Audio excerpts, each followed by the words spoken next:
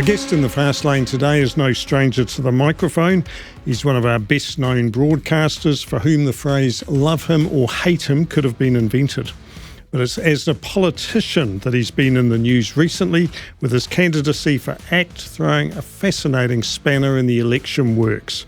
I'm referring, of course, to Paul Henry, and he joins us now. All right, well, welcome, Paul. Welcome to the podcast. Should we start with a quiet little game of shoot, shag or marry?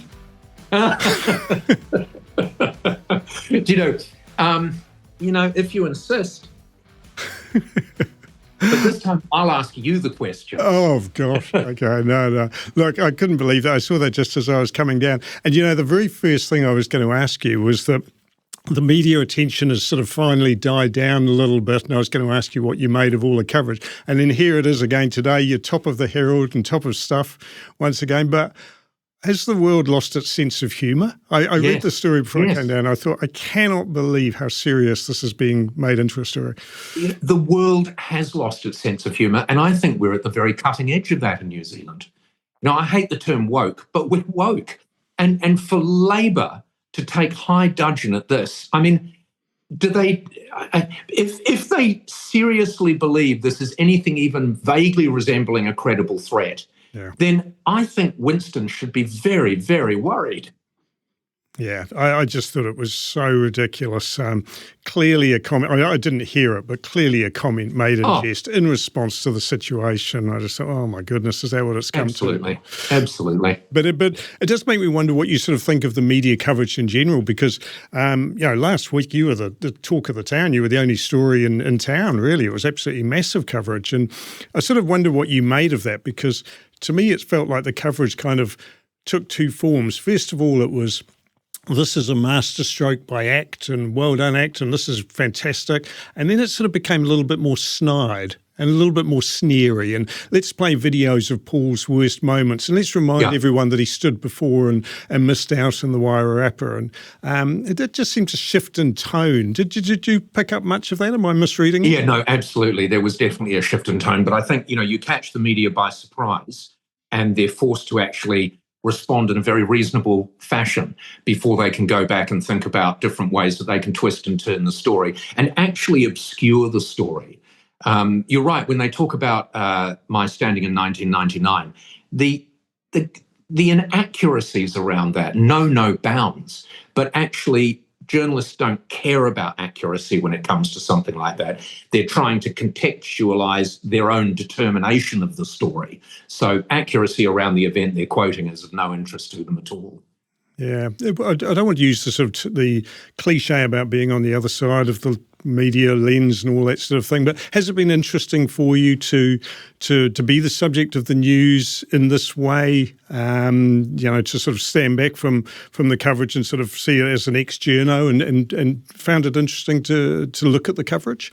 Yeah, it has. And I mean, when I think about the coverage, I think perhaps we don't give enough credit to people who put themselves forward, who, I hate using the word sacrifice, but I mean, to a degree, in terms of time and heartbeats, it is a huge sacrifice. And you ask people, why are you doing it? But then quite often the media have determined why this person is doing it, and irrespective of their answer, they will persecute them until presumably this person, I don't know, lies and says what they want them to hear. It is interesting, but I think it is something that you have to be prepared to accept happens. You can't change it, and to try is to fail, if you know what I mean. That famous saying, explaining is losing. Yeah. I think there's a lot of truth in that. So I think you just have to listen to it and think low-hanging fruit. Yeah, and we've both been in media for a long time. You're a little longer than me, I think, and I've been out of it for a while. And we both know that there's always been that tendency of media to adopt a narrative and then make everything fit that narrative, never let the facts get in the way of a good headline, all that kind of belief. But it seems to have got worse, doesn't it? No, there's no question it's got worse. And one of the reasons for that, and obviously it was always important to write in a way that you grab the attention of your audience. Obviously, if you don't have their attention, there's no point writing the story or presenting the story. But now it's almost get their attention at any cost. And the first casualty, of course, is fact. Yeah. Yeah.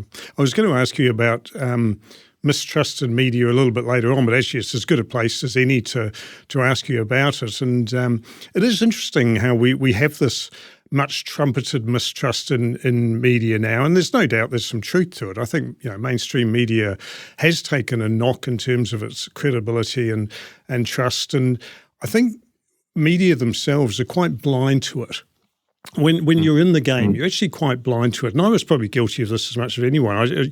You sort of, media like to see themselves as sort of guardians of the truth and honesty. And, we are here to challenge those in power. And there's a certain sort of pomposity to that I feel there absolutely is. Yeah. I'm sure that's a contributing factor.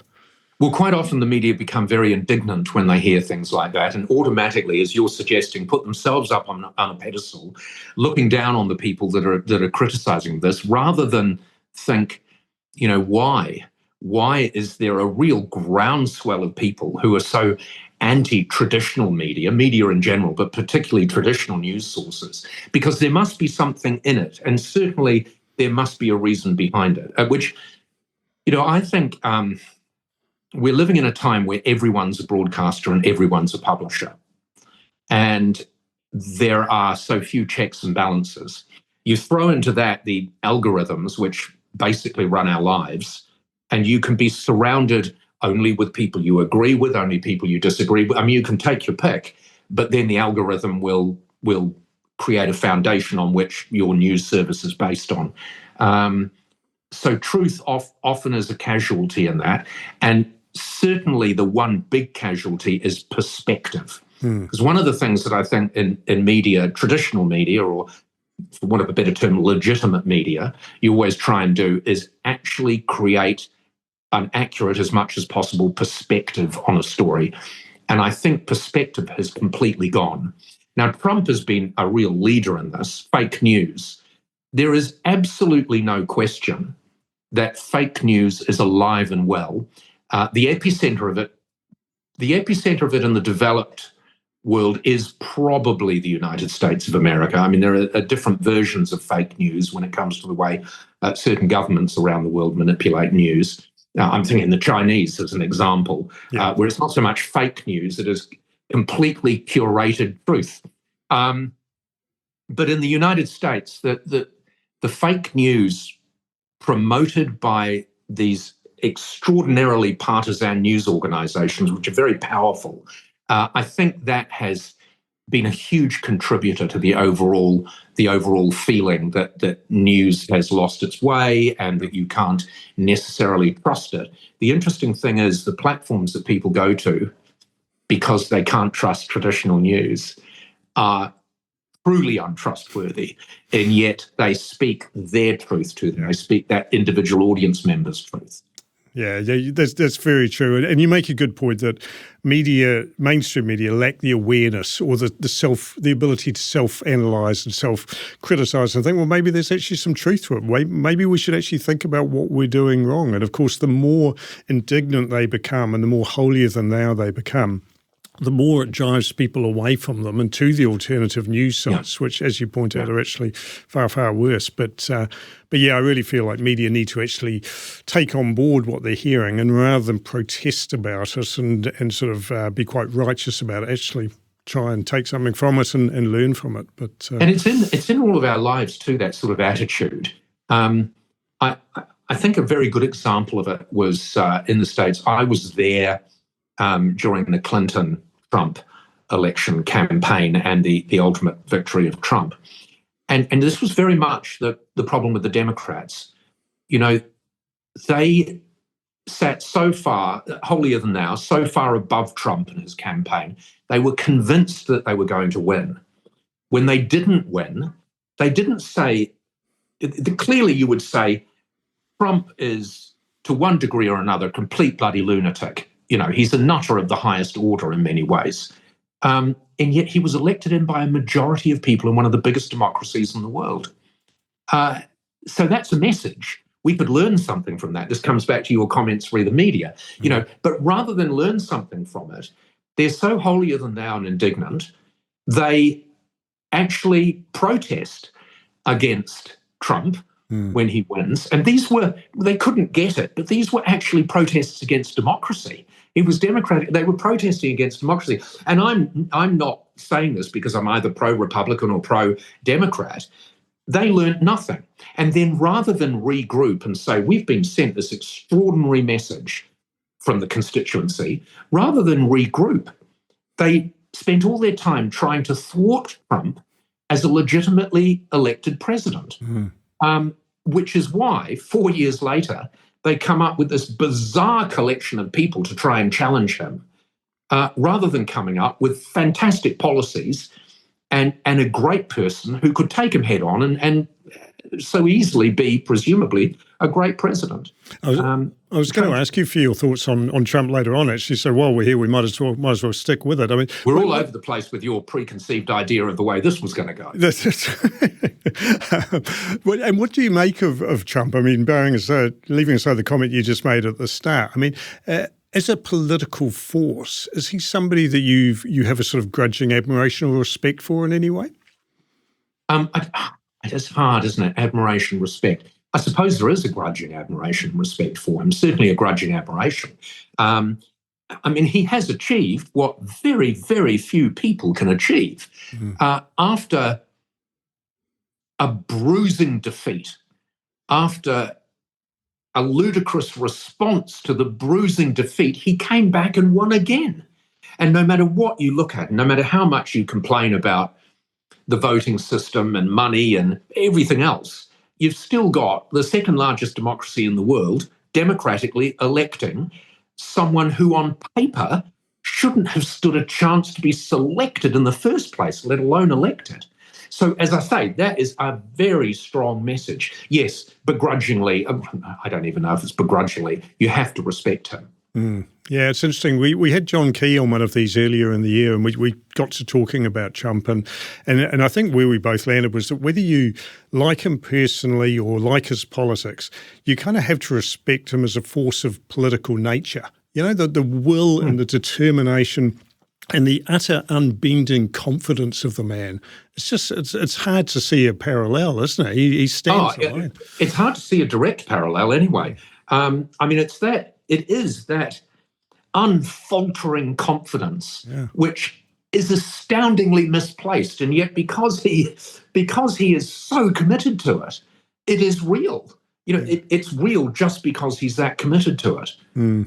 Which is quite incredible, isn't it? Is to know something is untrue, but to just rigidly stick which he must. In which many he must cases, do. He must know it's untrue, but he's sold it to himself. Yeah, exactly. He's sold it. He's told it so many times and told it to himself that becomes his truth. It's quite amazing, isn't it? Really. You know how they say, there is a time and a place for everyone. You know, when Trump came along and was voted in for that first term, that was his time and that was his place. Because, as I say, it was a clear message that the voters were sending. The status quo was no longer acceptable. People had been overlooked. They'd been disenfranchised. You know, huge states in America had been disenfranchised. But as I say, rather than learn anything from that, the Republicans just gleefully thought, oh, the guy won. You know, we're in. Nothing to worry about now. And the Democrats thought, oh, my God, the guy won. How can we thwart him? How can we make sure he's not able to do any of the things he was democratically elected to do? I mean, one of the things I said at the time, I wrote a book about this, largely about this. One of the things I said was, he's probably the most honest president in my living memory, but probably the most dishonest person to have ever been president. At the end of the day, everything he was trying to do and that he was being thwarted from doing was everything he actually campaigned. It was all of his campaign platforms. So for protesters to turn around and say, well, this is appalling. I mean, who does he think he is doing this? Well, he's the person that was democratically elected standing on the platform of these exact policies and strategies. Yeah. No, it's a fascinating time in US and world politics, really, and we could probably talk about that all afternoon. But let's leave media and politics aside just for a moment. And this is an MTA podcast, and obviously MTA, which you will be familiar with as a renowned car lover. So let's talk about cars, and you love your cars, don't you, Paul? I love cars. They are and have always been. I'm just thinking, is that true? Have always been. I remember when I was a little boy, we had a Vauxhall Velux, which had a steel dash and those sort of faux leather shiny seats. And when you turned corners, because there were no seatbelts, you would literally slide from one side of this enormous car to the other and back again. And I would shout out from the back seat to my father to turn more corners. And usually the budgie in the steel budgie cage, George, the budgie, would be sitting on the seat next to me. So George and me would be sliding backwards and forwards. So I think it's safe for me to say, basically, I have always loved cars and motoring. What is it about them? Freedom. It's freedom. No matter how many restrictions there are placed around you, you get in the car and you experience freedom. You are the driver. You are the destiny. And apart from that, of course, there's the ability for them to take you to so many different places and so many different experiences. But I think, in a word, it's freedom. Are you the sort of car lover that can open the bonnet and disassemble the engine and put it back together and you know it all, or are you more just, look, I love driving, I love being behind the wheel, I love the beauty and power of a car, but are you also somebody that knows the mechanics and can do your own repairs? I've bought quite expensive cars that I've never looked under the bonnet of, like ever. Not just before I've bought them, but for all the time I've owned them. And having said that, I mean, sometimes I look under the bonnet and just marvel, just look at this huge thing with discs and coloured bits of plastic. But no, because I've had so many cars and so many bad cars over the years, I've become familiar with some aspects of troublesome engines and things like that. But I'm quite happy not even to know what's under the bonnet as long as it sounds right. How many cars do you think you've had? Oh, gosh. I would be very interested to know. I've got quite a few now. I don't know that it would be 200, so I can't say hundreds, but I will have definitely had more than 100 cars in my life, I would imagine. How many do you have at the moment? At the moment, I have 1, 2, 3, 4, 5, I don't know, about 5 or 6. 5. I've got a Defender, so this is my favourite daily driver. I've got the 130 Defender, so that's the long one. Right. Quite a new one of those, which I absolutely love. I mean, I just love it because it's a proper. As much as a new car can be nowadays, it's a proper war machine. Yeah. I think John Key's got one of those too. Actually, I think he actually. Well, I like to take a little bit of pride in this. I think I may have had something to do with getting him out of the Bentley 4-wheel drive and getting him into the Range Rover. Which is a beautiful, the Range Rover is fantastic. It's not as good as the Defender, but it's considerably more expensive. But I managed to weasel him out of his Bentley SUV, which I just don't know. They're clever and they're beautiful and everything like that, but I just don't think they look right. In boating terms, we would say they don't have good row away. Right. What else is in your stable that you've got? I think you said you had 5 or 6 at the moment. I love Mustangs. I've got a 50th anniversary Mustang GT in New Zealand. Beautiful. Which, honest to goodness, they are great cars. Not only do they have that fantastic position in the motoring world as true classic chunks of motoring history, but they are a lot of car for the money. Yeah. They are beautiful design, quite basic, really, not as high tech as a lot, but they are beautiful. So I've got that one here. Then in America, I have a very straightforward V6 Mustang that I bought in 2011. I've done 61,000 miles in it. In the States, probably my 61,000 best miles I've done in my life. What year is that Mustang? What's that? What year is that Mustang?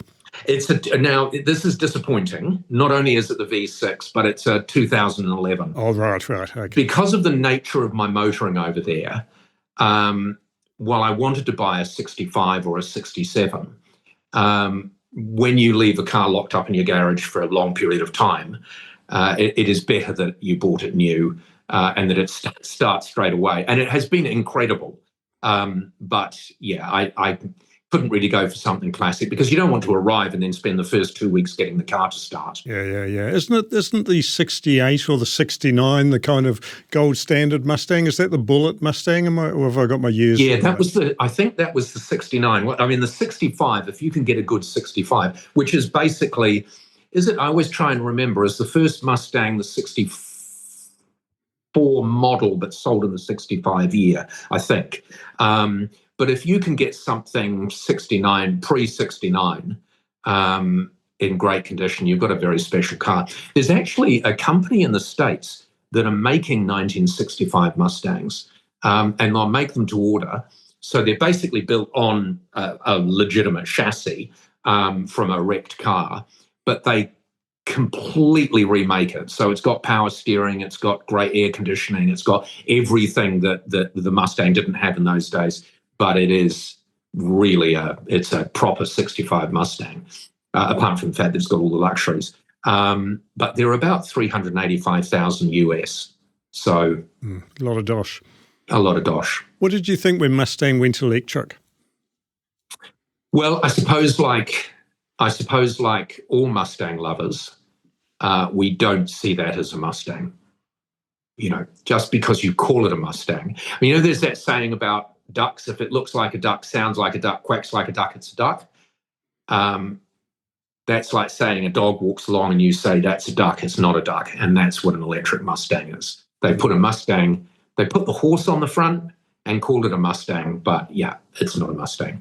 Fair enough. When I was sort of looking back and doing a little bit of research on some of the cars you had, I think the first thing that popped up was a 2010 Herald story that reported that you had your eye on a Aston Martin Rapide. Did you end up buying one? I didn't. I've had a DB9 in the past, but I didn't end up getting a Rapide. Another one that I've been reported as saying I was going to get, which I fully intended to get. I would love to get a Suburban, Chevy Suburban, new. Do you know, as a car badge, that is the longest continuous car badge in the United States history of motoring. Isn't that extraordinary? Yeah. And they are amazing. It's like driving in a small village, empty of people, but nothing else. You've got all this furniture and all this space. It is fantastic. Wow. But yes, never ended up getting one of those. I tell you what I do have, which is very lovely. I've got a 1950 Daimler, which, I mean, you love them and you look at them and you think, oh God, why don't I use that more? It's largely because they're hugely impractical and they're just not easy drives. And you sit in classic cars like that and you drive along and there's something about it that you think this should be more enjoyable than it is, but it's actually largely just hard work. Yeah. But I also bought I got a certificate with it. This was about a year ago, the last F-Type Jag. Wow. Which is quite special because Jag have actually closed the assembly line down. So that is a real slice of motoring history because that is, essentially they will do no more two-door sports cars. They'll continue to make the sort of, not two-door, they'll continue to do the sort of four-seat two-door coupes. But basically that car is the last of the true two-door Jag sports cars. Wow. Ever owned or driven an E-Type? Talking about Jags? Yes, a long, long, long time ago. Those were cars that were, in a way, they were more than the sum total of their parts, but, and again, great slice of motoring history. But they were a bit expensive to keep on the road, weren't they? Yes, well, they would be now. They would be at the moment, yeah, for sure. But, in the day, quite often with vehicles, you think, oh, that costs a lot. But It's years and years ago, my father said to me, this was over boats mostly, and it was about fuel. And he said, it doesn't matter how much it costs to fill the tank. It's how quickly it empties that counts. And I feel that very much with cars in terms of the price. It almost doesn't matter how much the car costs. And obviously, well, for instance, I've never spent $385,000 US on a reconstructed Mustang. But largely, the most important price with a car is how much is ownership going. How much is it going to cost to have this car in the garage and use? And a lot of cars, from that point of view, just don't make the grade. This might be like asking you to name your favourite child or grandchild, but do you have a favourite car that you've owned or currently own? I've had a few Rolls Royces over the years, and they fit that last category perfectly. The price of buying a Rolls Royce is almost insignificant compared with the price of keeping it on the road. Right. And they just, for want of a better term, bite you in the arse once too often. And in the end, you have to say, look, I just can't put up with this anymore. I'm not going to be, I'm going to be treated like this by a car. They're the cats of the motoring world, aren't they, really? Feed me, keep me warm, look after me, but don't expect to cuddle. But I still think my first Silver Shadow 2, it was just magnificent, They're the cars of dreamers. They're made by dreamers. So they're truly wonderful, magical, theatrical things, but hugely impractical. Is the ticking of the clock truly the loudest thing in the car? Well, no. It's the mechanical problems that are the loudest thing in the car, and they are endless. And then it's the fact that, for no good reason, just a couple of years after manufacture, the rubber in the windows is getting a bit. And they'll just say, I think we'll need to replace the rubber. The car's only 2 years old. I mean, what car needs new rubber in the windows after 2 years? Yeah, that's not good. That's not good. I imagine the loudest noise would be the mechanical faults, followed by the irate swearing of the driver at some point, would be. Yeah. And then the repeated closing of the trunk to try and get it to actually latch. It's a Rolls Royce, for goodness sake. Why can't I just tap it gently with one finger? No, you have to slam it down and then it bounces back up again. Oh, God, you don't need that. I mean, really, ideally, you, of course, have a chauffeur to take care of that problem in an ideal world, don't you? That's the chauffeur's issue. Well, actually, if we go back to the whole point of the Rolls Royce, you absolutely have to have a chauffeur. Only someone on very bad form would drive their own Rolls Royce.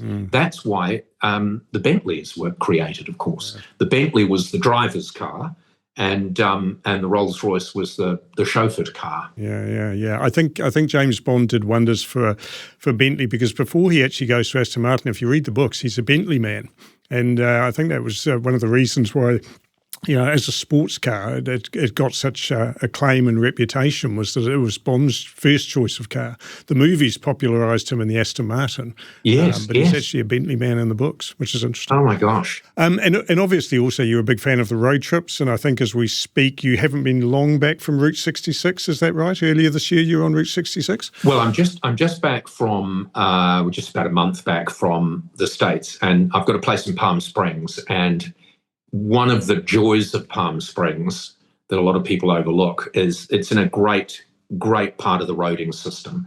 You're right on the I-10, so you've got LA in one direction, Phoenix in the other direction. And then if you spool off a little bit to the side, you've got San Diego in another direction and Vegas in one direction, and then Amarillo in another. It's just fantastic. The sort of spontaneous road trips you can do. I was watching the other day. I watched Erin Brockovich again, and it's a great movie. Have you watched that recently? Not recently. I have seen it. Yeah. Honest to goodness, it really holds up. So I watched Erin Brockovich, and I was sitting there in Palm Springs watching it, and I thought, oh God, I'll go to Hinckley tomorrow. Which, of course, is the devastated town where it was centred. And so you just do. And it was only about 2 hours away from where I live. I didn't know that at the time. I got out I almost said Atlas. I just tapped it into the iPad and discovered it was miraculously closer than I thought. So just did a sort of like a half-day trip to Hinckley and back. I mean, that's motoring. That's, all of a sudden you've got this car that you love, and you've taken it from your garage in into this totally different place. It's transformed you into this, epicenter of this extraordinary scandal and environmental disaster. Yeah. That's motoring. Have you ever been tempted to do the coast-to-coast drive, sort of LA to New York, or the other way around? I've never really. I mean, that takes a long time. That to do that's a big drive, and you have to have a fair, because of course you've got to get back again as well. So that's a fair time commitment. But I do chunks of drives, like the LA to San Diego. If you can stay on the 1 rather than the 101, if you can stay on the PCH, my gosh, it's supposed to be one of the 10 best drives in the world. You always wonder how accurate those things are. But that is a sensational drive. The things that you can see on the way, the world-class things you can see on the way. And the other thing, of course, is Route 66. But Route 66 has now become almost impossible to do as a purist, partly because at times it is just so blooming frustrating. Because, to the left or the right of you, there's the interstate and people are doing 70 miles an hour and you're doing 30 miles an hour on this shitty blooming part of nondescript Route 66. So the best way to do it is to ricochet between the interstate and old Route 66. So what I would normally do if I do chunks of Route 66 is you choose the towns on Route 66 you want to see, then turn off the interstate to the town and then do a little bit of old Route 66, right, on either side of it and then back on the interstate again. Do you have the song stuck in your head for days afterwards? Yeah, you do. You do. You do. And then, and there's multiple songs, of course, but I know the one you're talking about. But then there are other little songs that take you. Like, have you stood on the corner in Winslow, Arizona? I have not, but I know the song you're referring to very well, yeah. Honestly, it is. Americans do that so well. Winslow is, it's a shithole, basically. There's no reason to go to Winslow. I remember taking my youngest daughter. We were driving, I can't remember, we were going to Flagstaff from somewhere further up the top of the country on the I, whatever it is. And I saw the sign for Winslow. And we were both quite hungry because we'd been driving for several hours. And I said to my daughter, oh, let's go and stand on the corner in Winslow.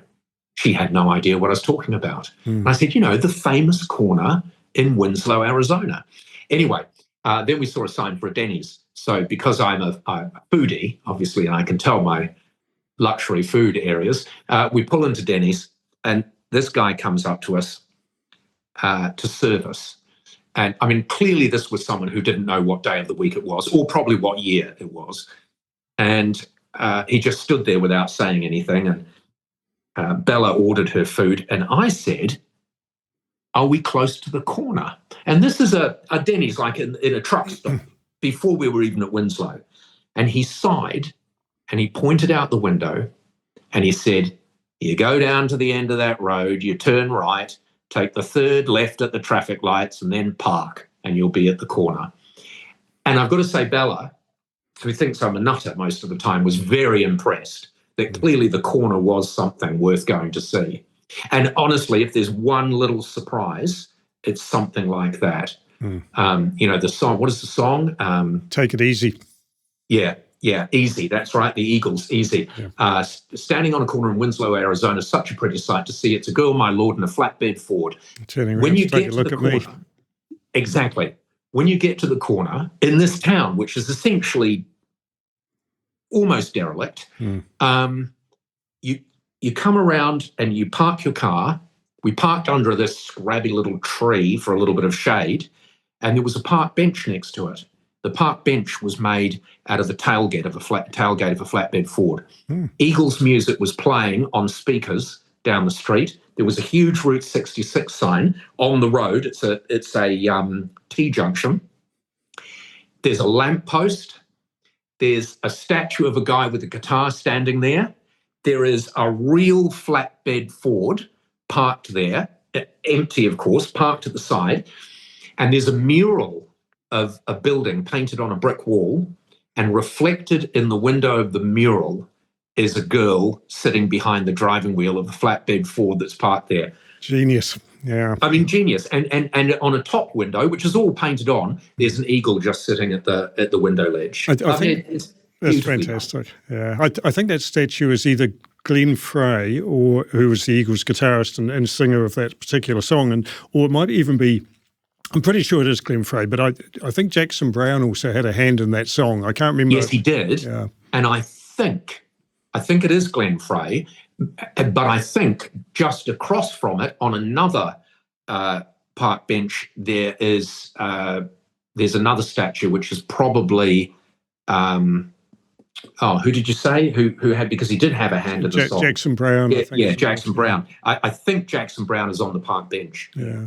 Oh, beautifully done. Fantastic. And in Illinois, here's a wonderful thing. If you do Route 66, in Illinois on a part of Route 66, and I can't remember the town, but it's easy to find, they've got this huge Route 66 mural, and they've got a ramp that you can drive your car up on. So your car, and then you can get out, go back and take a photo of the mural, and your car is in the mural. Right. It's a great keepsake for doing Route 66. Fantastic. I guess I have to ask, now that you are entering political life as a potential member of Parliament, I probably have a duty and obligation to ask full disclosure on whether you've had any sort of speeding tickets or brushes with the law as a driver, as a motorist. Is there anything that you're happy to share and put on the record? I've had speeding tickets. Yeah. Of course I have, and it's always a fair cop. And sometimes it's annoying. For me, it's annoying when clearly the road is wide open. You are not driving dangerously. I mean, you're still breaking the law, but you're not driving dangerously. You're in a car which is entirely competent. You're entirely competent. There's no issues with the road. The road is entirely competent, and you're pulled over for doing usually an embarrassingly small number of Ks above the speed limit. Yeah. That's annoying, but it is a fair cop, and what would you say about it? Just last subject on the car sort of side of things, I guess, and slightly convoluted, curly one, but hopefully within the rules of fair play. And we've just been talking about cars and your love of cars, and obviously you prefer the petrol-driven car to the electric car. I think 100%. 100%, yes. Right. Okay. How do you marry this? And I'm not trying to be a tricky bugger with this, but how do you marry this with the environmental side of you? Because you are an environmentalist. You protested nuclear testing in the Pacific, and you want to leave New Zealand a better place for your grandkids. And part of that, of course, is the air we breathe and emissions and clean air. So how do you reconcile? Is it a internal debate for you to reconcile the fact that you drive petrol-driven cars and yet you want to leave cleaner air and a cleaner New Zealand for your grandkids? Yeah, it's interesting. And it's interesting. I mean, no one else has ever said I am an environmentalist, but I very much am. I mean, I've got a tiny little farm in the Kaipara, and the joy that I get out of the fact that as soon as I bought it, the first thing I did was fence off all of the dams and did a little bit of planting in there. But rather than actually planting, I thought, I'll let Jesus do my gardening and see what happens if I just leave it be. And there's like little natural forests that have grown around the dams. It gives me more pleasure than anything else on the property to look at these sort of 6 or so areas. But no, to answer your question, I mean, I love, that noise when you start up a V8. I mean, it probably now costs $5 every time you hear it just to flick the engine over, but it's $5 I'll gladly pay just to hear that noise. At the end of the day, we're running this planet. Yes, I want to leave it in better shape. And we're changing our behaviours. We're changing our behaviours because it's making sense to change our behaviours, not necessarily because governments have mandated that the behaviours have to change. I mean, one of the best examples for that was when Labor years and years and years ago, I think it was Helen Clark, who decided that incandescent light bulbs were going to kill us all. And so we needed to use LED light bulbs, or those dreadful ones, which turned out to be poisonous. You don't have to mandate things because the market will determine. If it's logical, if it is good, then people will do it. The best example I can think of is CD players. I mean, no one outlawed CDs. No one outlawed the selling of CD players. But how many people buy CDs now? The market decided that the technology has changed. And so while people can still buy them and enjoy them, Why would you? Very few people do. And the same thing will be true of V8s, as is already happening now. I mean, the huge uptake in electric vehicles. The way to do that is not to subsidise them. It's for it to be clearly the best financial option for people, and people will turn to them. It's just not for me. But I mean, in the end, it will be. It'll be like the reconstructed 65 Mustang. You know, in the end, no matter how much I want one, maybe I'll just think, look, I don't want it enough to spend that kind of money. Yeah, right. So you can live quite easily with yourself on this issue in terms of driving something that might be high emitting, or a petrol-driven vehicle, fossil fuel power vehicle, and the sort of desire to leave a clean, healthy environment for grandkids. Are you okay with that? I'm not asking this in a smart alecky way. I'm just genuinely curious. No, I get it completely. And we're full of conundrums. The answer is yes, I am completely happy with it. I mean, it's like the Greens. When I say the Greens, I mean Greenies, who still go on holiday. They still travel on planes. I mean, we're trying to run our lives. I mean, I love meat. I mean, a really nice steak. Can you beat it? I mean, honestly, a really nice steak is perhaps one of the greatest joys of my life. Well, if I really cared about the environment, I wouldn't eat steak, would I? We have to not compromise, but we have to accommodate having the best lives we can possibly have with leaving the best country we can possibly leave. One of the big challenges, I guess, for the kind of generation we're talking about when we're talking about grandkids and kids is the issue of them leaving. Right, making New Zealand that they want to stay in or return to, because so many have gone to Australia or other parts of the world, which has always happened, but obviously is happening in high numbers at the moment. What would you do? What would be your plan to keep young New Zealanders in this country or bring them back? And I think it's the second part of that is important. I think it's the bringing them back.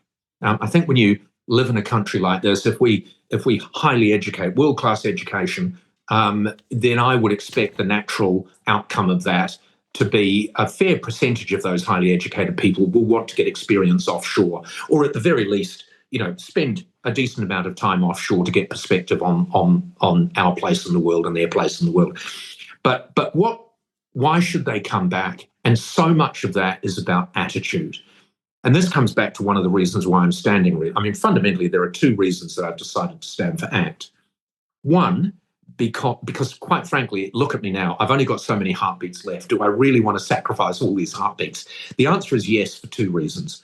One, it became obvious that there was a chance that at this next very important election, the left could take the lead. We could have a left-leaning coalition. And I really believe that would be a disaster for our economy, stroke country, an absolute disaster. So that was one of the key motivating factors.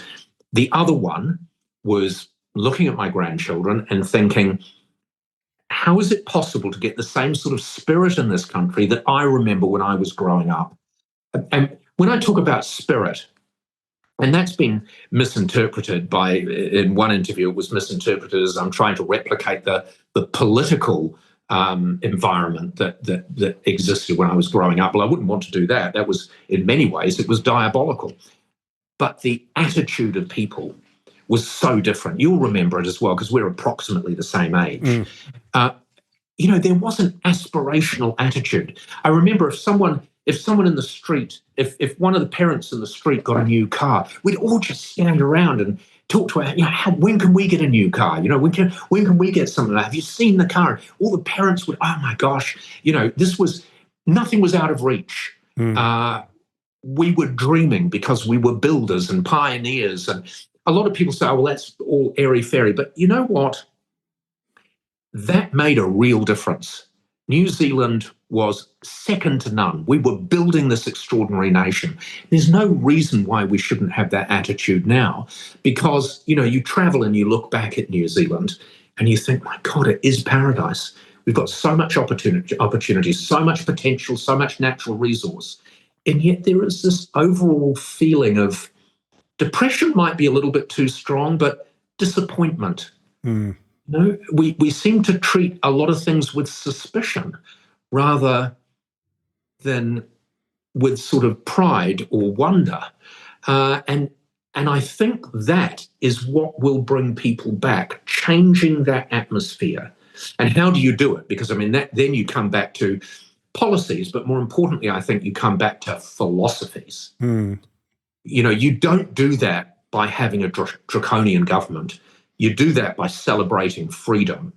And again, this comes back to EVs. You don't do that by saying you all have to drive EVs. You do that by giving people the choice to drive EVs. I certainly agree with you about draconian government, and I guess that sort of leads to the point that it starts from the top, right?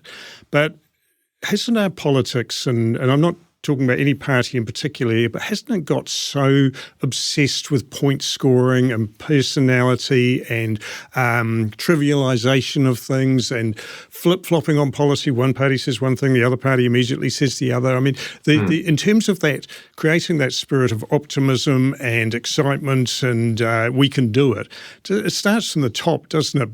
But have we sort of lost that? It feels to me like we have. It is extraordinarily adversarial, but also it's just plain nasty. And there's a lot of digs for the sake of digs.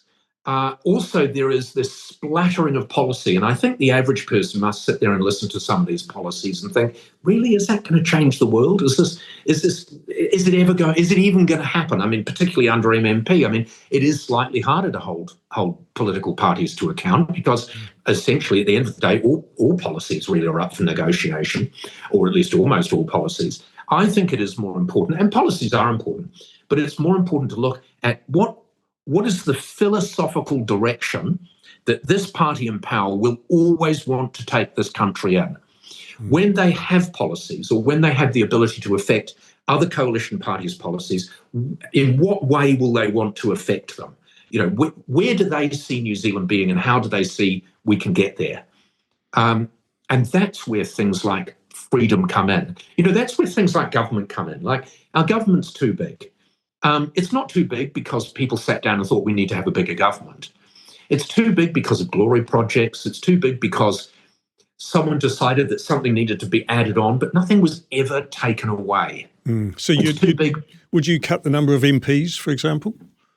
Ultimately, I think the number of MPs should be cut. I certainly think the number of ministers should be cut. Certainly the number of ministries should be cut. I mean, we're now actually talking ACT policy. But overall, government should be smaller. The ACT policy, which has been reluctantly accepted by National, is to take the public service back to 2017 levels. I mean, while Labor was in power, and obviously, it was a special time because of COVID. While Labor was in power, the public service increased by 34%. And it basically hasn't shrunk back. Are we 34% better off in terms of service delivery? No. Is it 34% more expensive? Yes. We cannot afford it. And yet, when it was suggested that these numbers be knocked on the head, that we look at it, the people that came up and spoke against it, the parties that spoke against it, no one actually said, well, actually, it is a good idea to take a look at this. What we want to do is ring fence frontline services. We don't want it to affect, police on the beat. We don't want it to affect teachers in front of children, nurses in front of patients. But there's got to be a way we can cut it back. We can cut back the bureaucracy. So it has grown and grown and grown, like a hedge that you don't prune. It's got bigger and bigger and bigger. It's still the hedge, but it's now completely out of control and we can't afford it.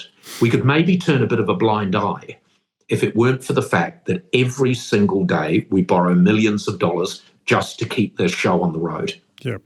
Can I ask you a question kind of in two parts about your personal aspirations in Parliament? And I think you've probably been asked this in some shape or form by everyone, but just a couple of quotes, if I could, or not quotes, comments that I came across. One was a reference in a few stories about you and with you, about you getting bored quite easily, popped up in a few of them. And then the second thing that popped up recently was Peter Williams was asked for his opinion by the Herald on your tilt at Parliament, and he said that you're a team player as long as you're captain of the team. So I guess the question in two parts is, part one, are you in this for the long haul, or is this something that you might get bored with if you don't win a seat or get into Parliament at the election? And second part, which kind of depends on the first part a little bit. Are you looking at the leadership? There is rumour, scuttlebutt, that David Seymour is closer to the end of his career than at the start when it comes to Parliament. Are you looking to be in for the long haul, and do you have leadership ambitions? Okay, let's go through those. Firstly, the boredom thing. I mean, I'm going to be honest with you. I mean, I don't have the greatest attention span in the history of the world, but I really want to achieve something, and so I haven't entered this lightly. To a degree, and a lot of people have said this to me. The worrying thing for me is a lot of the people that have said, how are you going to handle, Parliament, how are you going to handle being in there in the long nights, sitting, listening to people clack on. The worrying thing is a lot of the people that have said that know an awful lot more about being in the House than I ever do. So the honest answer to that would be, look, I don't know. I don't know. What I do know is that I'm completely committed to making a difference. But I don't have a long runway. I'm not joining this. I'm not interested, even remotely interested in a career. Having said that, I can't expect to go in for 3 years. If I was only committing one term, I can't expect in that one term, no matter how well things are going, for me to really make the difference. But I'm a 2-term person. I think I'm prepared to commit the next 6 years to this. But I've got to be honest, looking at it from where I am now, I can't imagine. I'll be in my 70s, very early 70s, but I'll be in my 70s in 6 years' time. I thought I'd get to 70. I didn't think anyone got to 70 many years ago when I was much younger. No one does. That's an unimaginable age when you're, in your 20s. So really, it's a 6-year commitment for me. If I don't get in, you said, that's a tricky one. If I don't get in, will I hang around and stand again? I wouldn't be able to give it 6 years if I did that, because that would be my 6 years with 3 years. So I don't know. I wouldn't commit myself either way there. But I think there would be every chance that I wouldn't hang around for that. Which I think would be fair enough, to be absolutely honest. Yeah. And on the leadership side of things? I'm not interested in being the leader. Quite frankly, the effort that I would have to put into that would take, I think, potential effort away from really making a difference. Now, I know a lot of people would say, well, as leader, you could make more of a difference. But I don't want to spend any of my time positioning myself, angling myself, just not, because I'm not interested in a career. It is not something I'm interested in at all. No, fair enough. And I mean, I don't know you from a bar of soap, but from what I do know, I think you would hate it. I think that would be a level of politics that that would drive you around the bend. Being leader, yeah. I mean, if you want to get yourself stuck in and achieve things, I think, what David has achieved is extraordinary. He has built this party. I mean, this is a real political force. He's the Deputy Prime Minister. He's achieved a huge amount. He's been in there for 13 years. I don't have that kind of runway. Yeah, no, fair enough. I'm interested in your thoughts on a few topics of interest, shall we say. I mean, we could sit here and talk policy all day, but I'm more interested, and I think people who are listening are probably more interested in your personal views on some subjects. So I just got a little list that I thought I'd run through with you, and if you could just sort of shoot from the hip and give us your personal opinion, whether that's the same as your political opinion is up to you. But if I just ran through a sort of let's just say straight up, because I don't have two different opinions in terms of political and personal. I only have my personal opinions, but I'm completely attuned to Axe philosophy. So the only area we would differ probably would be subtle differences with individual policies, but the philosophy I'm completely on tune with. So I'll just, as you say, shoot from the hip. Shoot from the hip. First one, should we change the flag? No. The reason I slightly hesitate is I can't imagine that we won't change the flag at some time. Should we change the flag almost implies, should we do it now? And the answer to that is no. I think there has to be a reason to change the flag. And thinking that you're going to change it one day or thinking that it might be a nice idea to change it isn't a reason. I think there needs to be a groundswell. The time has to be right. And then, of course, what do we change it to? Yeah. Because we don't want to be changing our flag, a few months after we changed it because people realised that was actually a rubbish choice. So I think a lot more thought it's got to be the right time for us to do it, and at the moment it's not. So in the referendum, you voted to retain the flag. Would that be fair to say? Or? Absolutely. Yep, absolutely. Cool. Okay, yeah. sort of a follow-up one that's linked to the flag. How about becoming a republic? No, I don't see. I don't think that it's broken at the moment. I think there's something vaguely charming and economically very sound about being part of the Commonwealth. I would not want to see us become a republic, and I can't see what the benefit in that would be. Also linked to that one, the honours system. Were you in favour of retaining knighthoods and damehoods, or would you scrap those and have a New Zealand-based system? No, I'm quite happy to retain the current system. Yeah. Fair enough. MMP, is that a winner or a failure? What would you do? Would you keep MMP or get rid of it if you could? I would keep MMP. And I tell you, I mean, I'm slightly hesitant when I say that. It was certainly, if we go back to the referendum, it was certainly not my choice of the options. I am a fan of proportional representation. I think, I'm just thinking back at all the options, I think I was a fan of STV as I remember it. But I am not a fan of changing the system of voting that we have. I mean, it's not broken. It's a long way away from perfect, but it's not broken. And I think we would both be extraordinarily alarmed at the number of New Zealanders who still don't fully understand the MMP voting system, let alone changing it for something else now. That is true. How do you get round, though, this kingmaker problem? The Winston Peters problem where he... Yeah, the tail wagging the dog problem. Yeah. Got any thoughts on that? I don't think you can. Well, how you get around that is by factoring that in when you cast your vote. But of course, you only have one vote. Everyone would have to factor it in.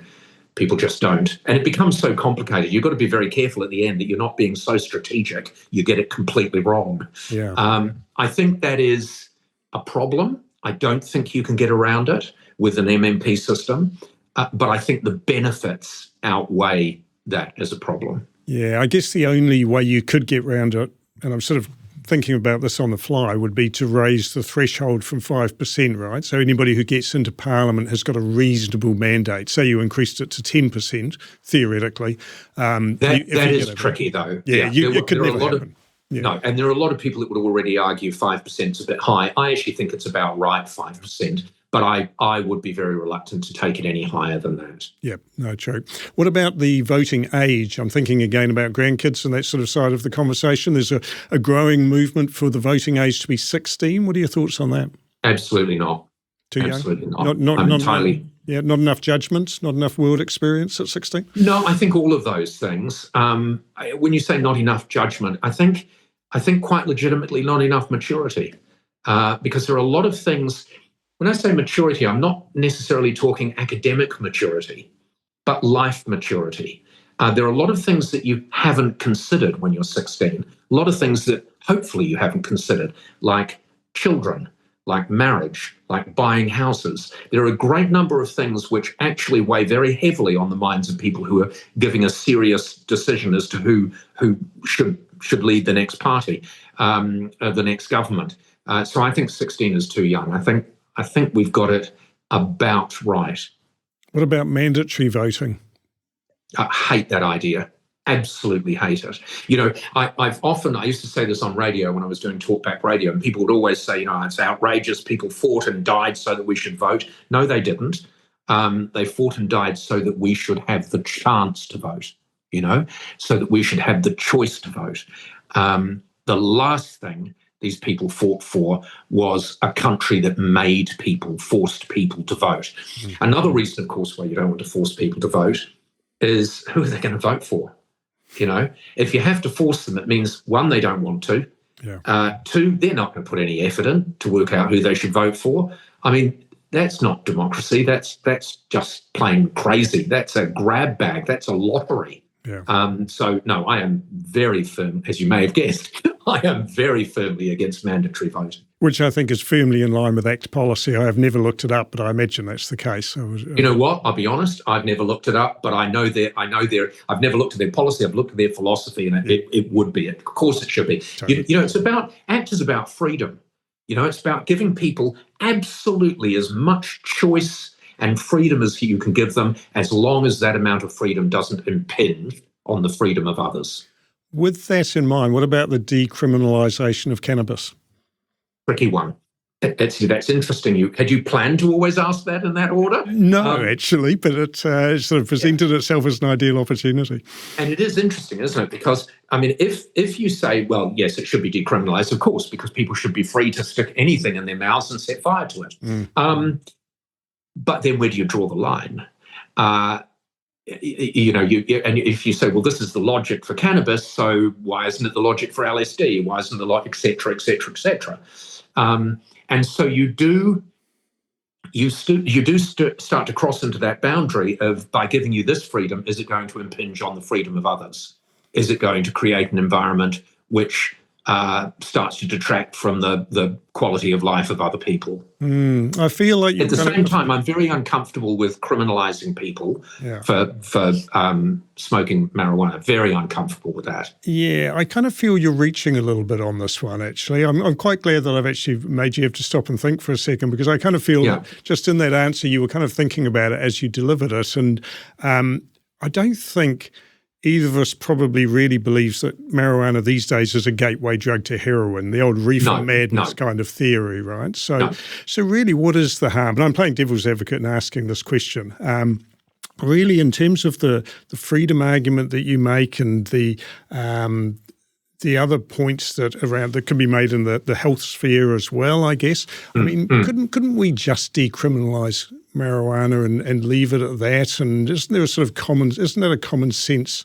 We've been angsting over this for so long, and we've found this sort of marginally satisfactory ground where we sort of ignore it, where we sort of ignore the use of marijuana, and perhaps clamp down on the sale of it if it reaches a certain, it more or less is ignoring it.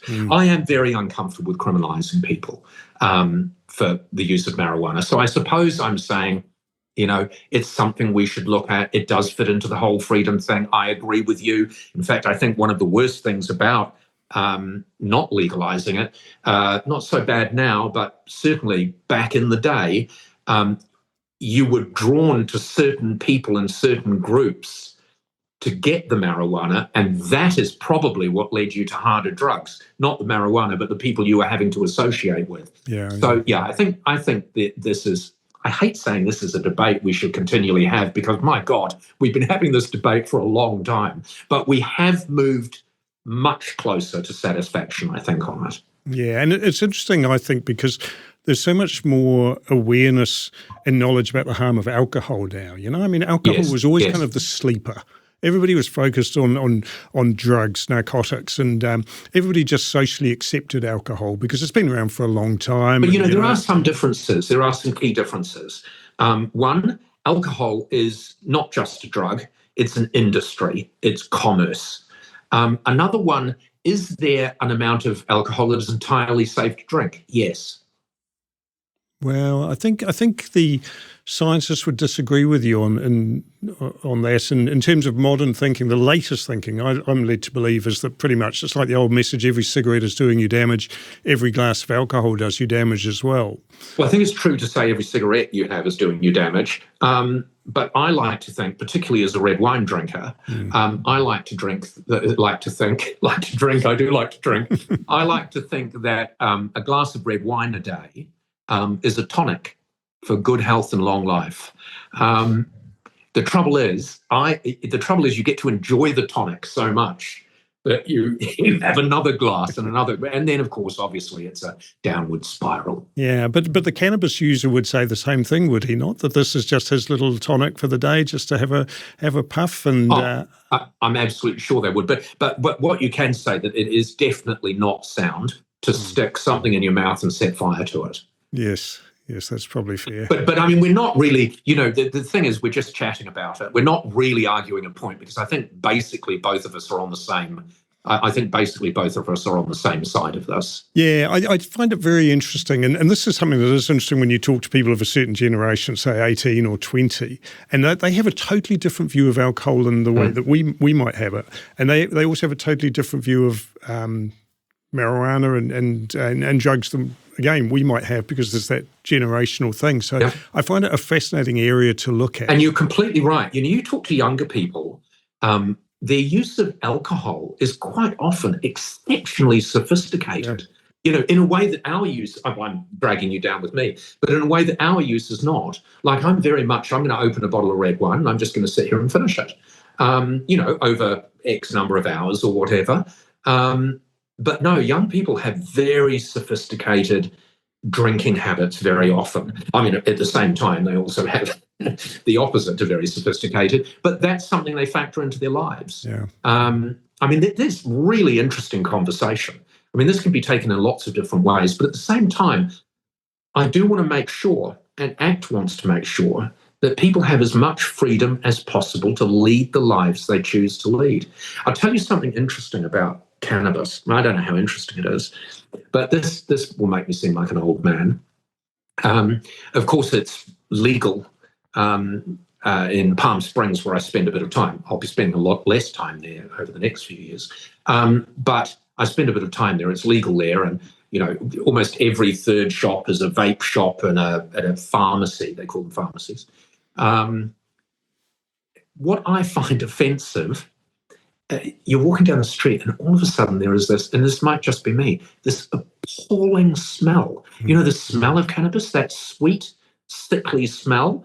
Now, I've got to say, I don't like the smell of cigarettes, but it just doesn't seem to pull and linger in the same way. It might just be that it's different, but I find that this is not achieving anything in the conversation, but just as a novelty comment, I find that phenomenally offensive.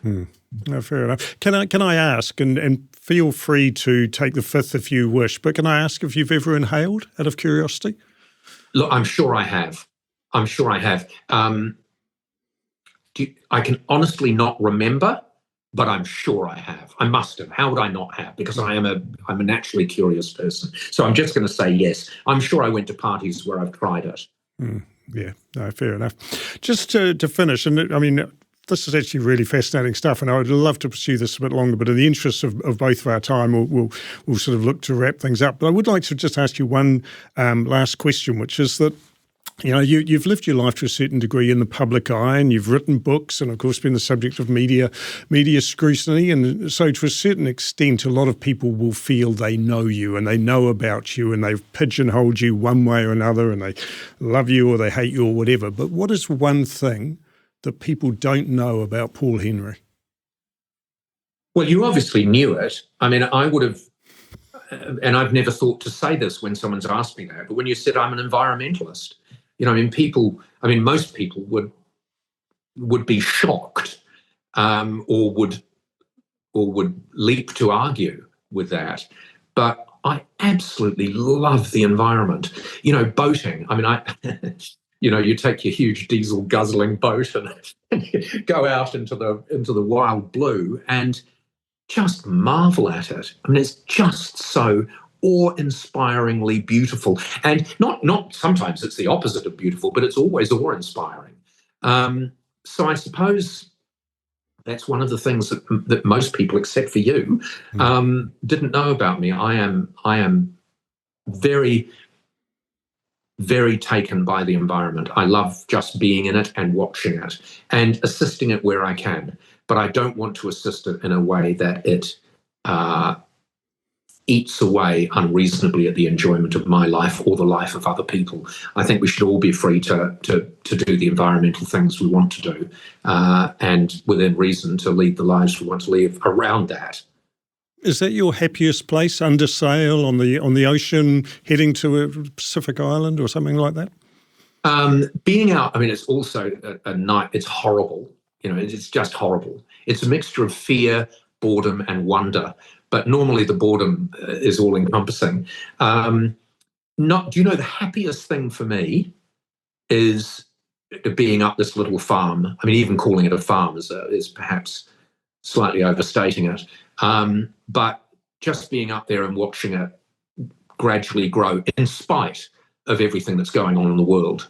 The stuff grows and the poo geckos wander around and God knows what's growing in the dams, but it's growing feverishly. And probably Chloe Swarbrick would be up there with a net trying to get it out and accusing me of encouraging the wrong sort of plant growth. But it looks wonderful. It has these lovely little flowers every now and then, and it comes and goes. And it shouts out the seasons.